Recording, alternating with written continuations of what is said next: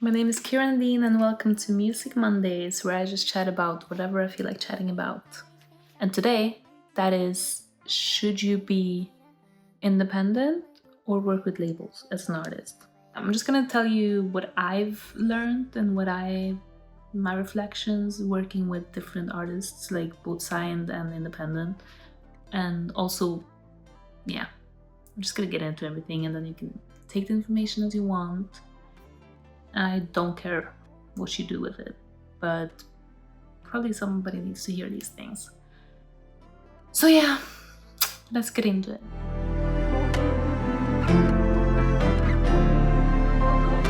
Like many others, I grew up thinking that the only way to make it is like getting discovered, getting a record deal, and then becoming famous, right? Probably because that's how it was back in the days. But obviously, since social media and everything came, like it's just more and more normal to be independent because you don't need anyone else to just release your music and get it heard, right? You can just do it yourself. So why would people work with labels today? And then why? And also, like, what's just like the pros and cons, you know? So as a part of this research, I actually interviewed Nate James. I just ran into him. I love this song. Me too. Did you ever meet him? This is Mario. Leo wrote it. That's what it sounds like, Leo. See what I'm saying? I literally like this person wrote it, this person sang it, that's what it sounds like. I don't have this interview because the day after I got robbed and lost everything. That's what happens when you walk around in Hackney. Anyways, he was one of the biggest independent artists before social media came, which like you wouldn't see that back in the days. So when I met Nate, I was like, wait, how the fuck did he make it before social media as an independent artist, right? And it's funny because the key things is the same as the most successful independent artists I've met after, like today. It's the same tactics they've used with or without social media. So yeah, what Nate James told me, first of all, he would get distribution deals with labels. So although he was independent and owning his music, he would get like marketing help, or you get some sort of benefits towards, like, maybe you pick 3 songs or an album. Like you can, it's not like a record deal, like they own your whole brand, but just more like a temporary thing, and you get your benefits and they get their percentage or whatever. This really helped him reach global audiences. So being independent doesn't necessarily mean like being on the other side of it, not working with labels at all. I think there's just so many different deals you can do. Depends on your situation as well, what you need. I think it's first and foremost, like, the reason to get a record deal is if you have absolutely you don't know anyone, you don't have access to a studio, you can't like make your music and just start yourself. Like if you need help to even just get started, then I think that's the only reason to get like a proper, like, full record deal, right? Because that's what labels are. The labels have the resources, so like why would you not want to work with them and get these resources if you find someone who believes in you, right? But obviously the problems I've seen with people getting into record deals too soon is that you don't know what you're in for. And at the end of the day, if something works out or not, it comes down to the people, right?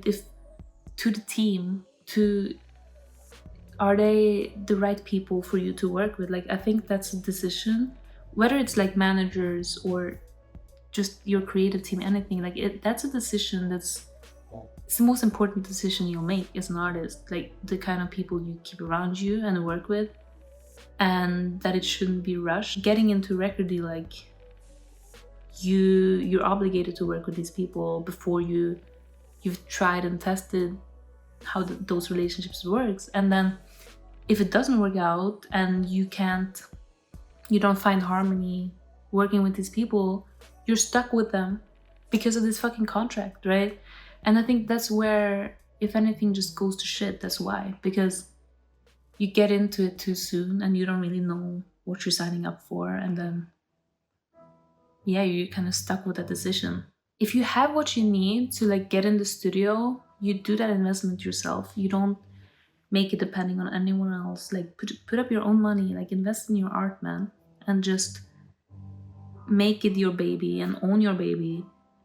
Um, you can put it out there if you want. You can wait with that part, like. But I think the main thing is like as long as you're able to create your music yourself, you're in control. Um, and then you can use that music to check interests and to maybe get like some kind of distribution deal like Nate James was doing, and also some of the biggest. I think even Central C was independent for a long time. Like he would still work with labels. When you get signed, you get this advance, but like technically, that's supposed to be paid back. It's a loan, right? Where because they own your music and they're making money off you, they get their investments back. I think that's what a lot of artists they don't really see this as a loan, and like then they get mad that like they want your money and your art. But that's how it works, right? That's how they get their return. Do what you can with your own investment, like own what you can, build your leverage, because that's when like the labels want to help you as well. If you have fans, if you have your music, it's easier for them to help you. You can still grow pretty big, like if you manage to get the right fans and stuff off TikTok. Like you know what I mean? Like as an independent artist, it just takes more time, and obviously you invest your own resources and stuff. At the end of the day, it's not about the labels, it's not about anything, it's literally just about the people. The people, the person you are, the type of music you make, the type of message, the type of people in your team, in the labels team that want to help you. And I think if it works out or not only depends of how you match with these people. I think it's not just about the business. The artist should not think too much about the money. You should think about your vision and only obviously following your gut feeling as well when it comes to like the people you should have around you on your team. You can get numbers, but if you're gonna feel regret if that goes, if you can't make the art that you want to, if like, you know what I'm saying?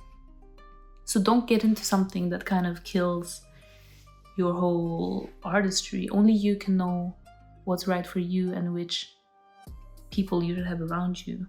Because we're all, especially as artists, like you're your own unique artist. Nobody else can tell you what's right for you. Only you can know. And only you will know if somebody's